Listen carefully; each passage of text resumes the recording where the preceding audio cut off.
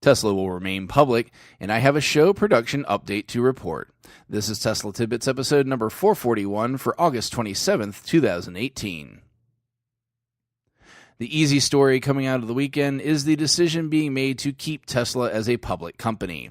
The company posted to their blog late Friday night detailing the reasoning behind the decision. Tesla worked with investment advisors Silver Lake, Goldman Sachs, and Morgan Stanley to evaluate the risks and benefits of taking the company private, as well as to gauge how serious the interest of shareholders was. Elon also, quote, spent considerable time listening to current shareholders large and small to understand what they think would be in the best long-term interests of Tesla, end quote. The end result of this were these findings. First, most shareholders indicated they'd rather that Tesla remain public. Another big hurdle was that multiple institutional investors indicated that internal compliance problems could limit how much that they invest in a private company. On top of all that, and probably equally, if not more important than all of the previous reasons, there is no proven path for retail investors to remain invested in a private Tesla. Overall, despite most shareholders that Elon spoke with indicating that they'd remain with Tesla if it went private, the feeling they got was, quote, please don't do this, end quote. Secondly, Elon discovered that the process of making this happen would be more distracting than originally anticipated. From the post, quote, this is a problem because we ultimately must stay focused on ramping Model 3 and becoming profitable.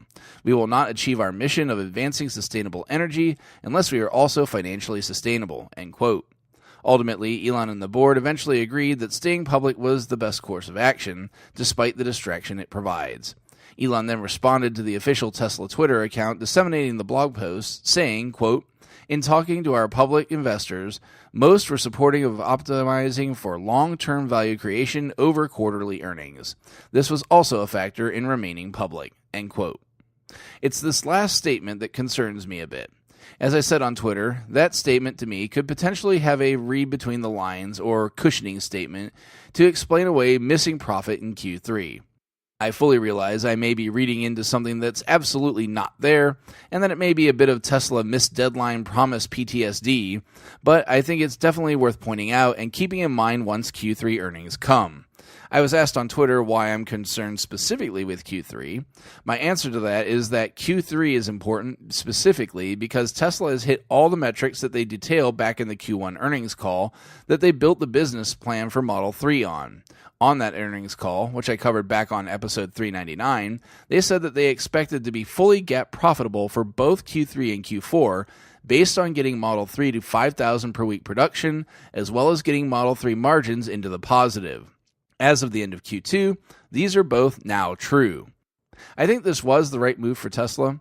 I noted before my concerns that they were shutting off their easy access to capital by doing this. I said that I'd rather have seen a couple of profitable quarters first before this occurred for that exact reason. Unfortunately, this means a return to the status quo and dealing with the daily dose of FUD and misinformation for the company, but it does give them a nice capital insurance policy if they ever need it. Ending the show today is a production update. It is after considerable thought and deliberation that I'm announcing that as of September, the show will move to a Monday, Wednesday, Friday show release schedule. When I started the show back in May of 2016, there were quite a few Tesla podcasts and YouTube shows out there, and I was trying to find my raison d'etre among all those shows. Since weekly shows were plentiful, I decided that my niche could be being a daily show that came in a bite-sized format, and the show was born. To this day, I think, but I can't say for sure, that I was the first daily Tesla show. Since then, we've lost some shows have moved to a different schedule, and some have no specific schedule at all anymore. In addition, Model 3 has launched, and we no longer have the news flow that we did when we were desperate for any scrap of info we could get every day, which bothers me because I like to be able to produce a predictable show for you listeners out there so you know what you're going to get and when you're going to get it. On top of this, my own personal situation has changed, and production of the show is frankly impacting some of my relationships, as well as my health, I believe, somewhat, with recording sessions frequently ending after 2 a.m. local time.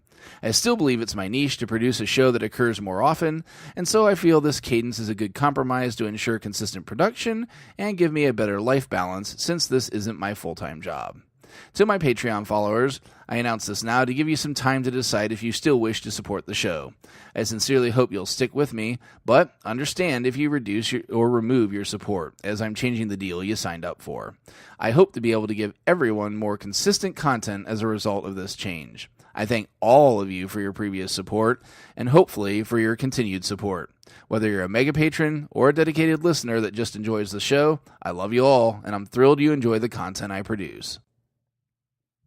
You can check out the lone link to the full story in the show description. Also, as mentioned earlier, please consider supporting the show financially through Patreon at patreon.com/Tesla Tidbits. Thanks as always to the super patrons supporting the show at the $10 plus level. They are John Waltower, Drew Schuyler, John Waller, Mark and Sarah Thomas, Ryan Scarborough, Lee Sweet, William Henry Crew III, Dorian Steve Guberman, Bruno Condici, Joey Boots, Ralph and Cheryl Waterhouse, Adam Rammer Brown, Megawatt Photovoltaic Development, Todd Sullivan, Robert Healy, Mitch Long, Zortec LED Canada, Morven Ogg, Blake Thompson, Raymond and Deborah Malkowitz, T Sportline, Michael Pastroni, and Travis and Cheyenne Rush. If you're looking to purchase a Model S, Model X, or Model 3 Performance, you can enjoy free supercharging for the life of the vehicle and hook me up with some Tesla swag by using the referral link ts.la/Jim50888. That's ts.la/JIM50888 to purchase your vehicle.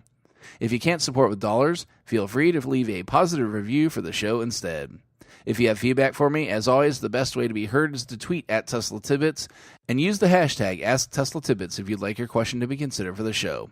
For this week at least, I'll see everyone back here again tomorrow. Until then, keep it charged and hit the road.